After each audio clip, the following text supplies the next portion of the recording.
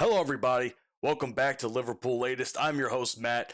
And if you enjoyed today's video, please make sure to like, comment, subscribe, and get in with the conversation because I have a few things I want to talk about today, including this little number that caught my eye earlier this morning. And unfortunately, a reality that I myself might have to deal with in the very near future. And that is life without Mohamed Salah as a Liverpool player. It's a very difficult concept to think about because one, Mo has been on the team for so long where, many players don't last more than a couple of seasons. Mo has been here insanely long enough to the point where he's created a legacy that's almost mythical, for lack of better terms. I mean, after all, he is the Egyptian king. So it begs the question with his benching on this past Saturday's game, or Sunday's game, excuse me, with West Ham. I mean, we performed very well without Salah on the pitch. And as a fan of Salah, it makes me, I don't want to say concerned, but it raises a lot of questions, such as what does life look like without Salah on Liverpool? And this past win against West Ham might be a beginning of a look into that, of what could be the near future. And I don't like it. I don't like it at all. I actually am quite appalled by the concept, but unfortunately my personal opinions on the matter uh do not reflect the overall fan base or Liverpool as an organization, a team, and a business. So here's a couple of notes I saw that I wanted to touch on. Clearly, like I said, Slot dropped him. He's performed poorly. He's had some glimpses of hope here and there that where we're kind of like, oh, the old Salah is coming back.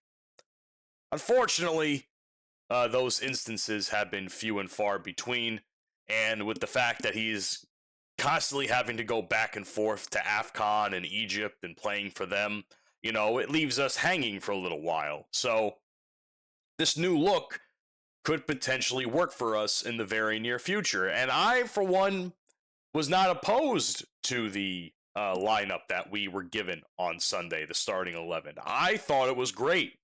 I think the formation still is a little questionable at times, but as far as everybody in their role and where they were, it was pretty solid. Now, granted, West Ham is a subpar team. As a matter of fact, they're complete fucking garbage. So take everything I'm saying here with a grain of salt. We had a good game against a bad team, and we scored 2 goals against what is essentially a bad team. So this is not some sort of revelation to me, okay? This is a glimpse into the future, but this is not like, oh, the changing of the guard is happening now at this very moment type deal, okay?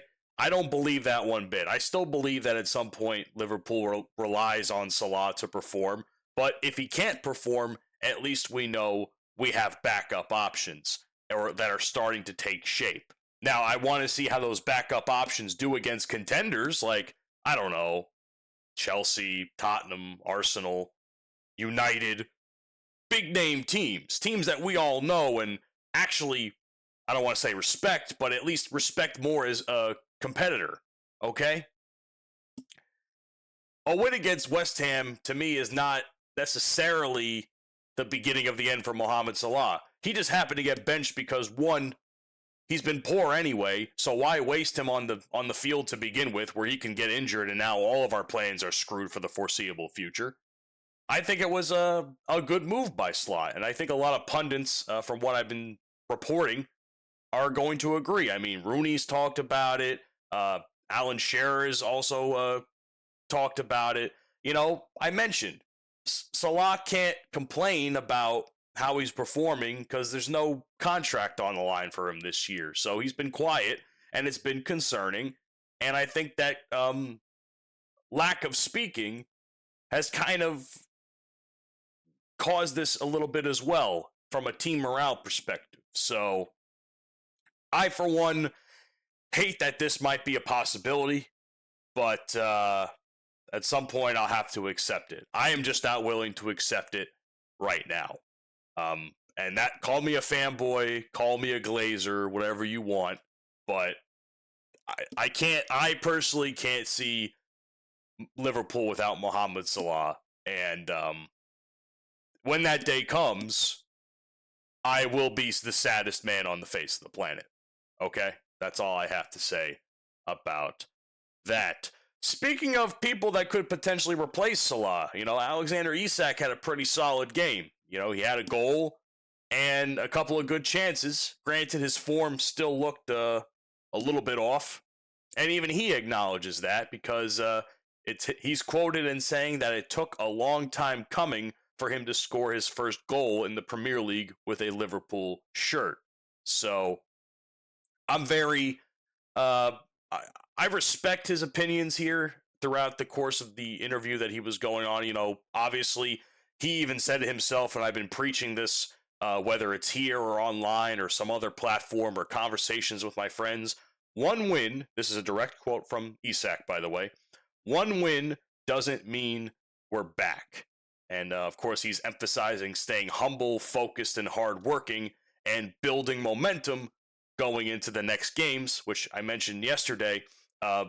Sunderland's going to be a bit of a difficult task. I don't see us, I don't want to say winning, but I see more of a potential for a draw between those two teams because Sunderland's been doing quite well for themselves this season, despite just getting back into the Premier League.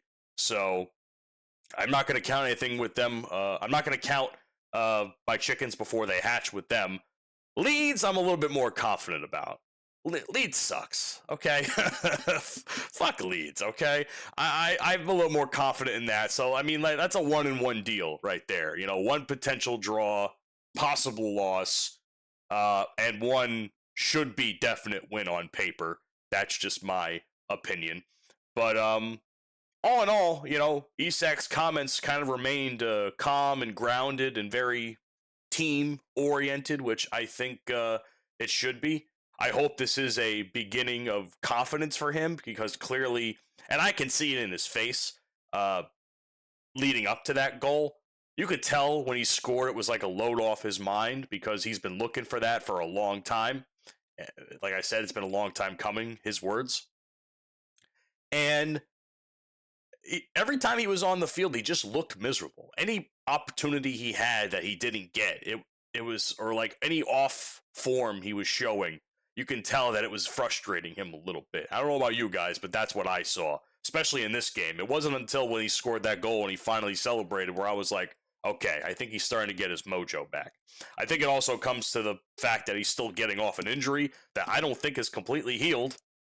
I'm going to be honest with you. It's not an injury that's completely healed, in my opinion, because he's still a little rough on the pitch. But that's my own opinion, like I said. So I hope he continues to keep that momentum going. I think his comments were very what we needed to hear in terms of going forward in this next couple of games this week. Because like I said, we have a very compact schedule. A lot of games are happening in a very compact period of time, 3 games in the span of what's essentially a week.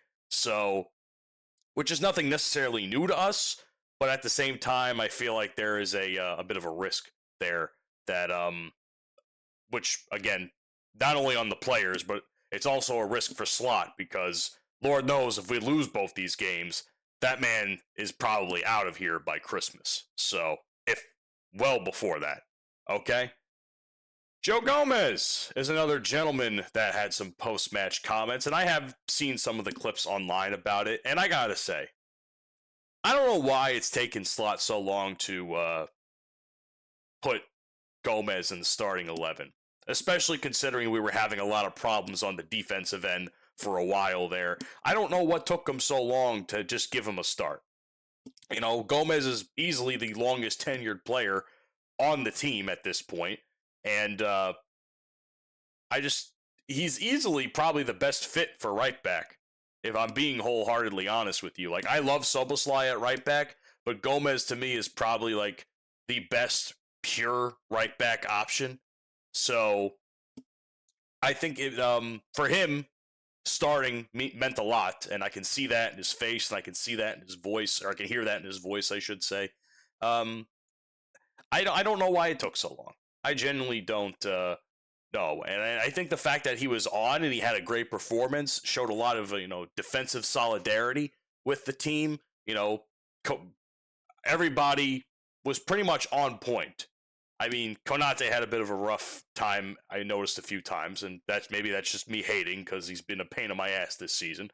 But outside of outside of that, I mean, the back four were pretty great. Really solid coalition there that we had. West Ham couldn't really get anything going for themselves when it came to the back third of our side of the field. So, and I mentioned before about how Isak said we got to stay grounded. This is only one win.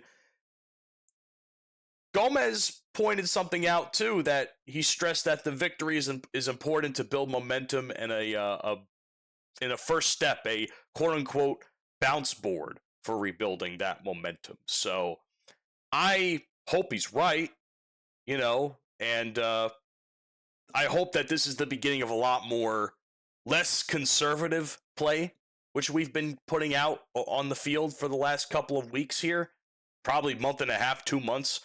And it's going to be something to witness, because I think once we get more creative, I think Wirtz was at his best this game, creating chances for us.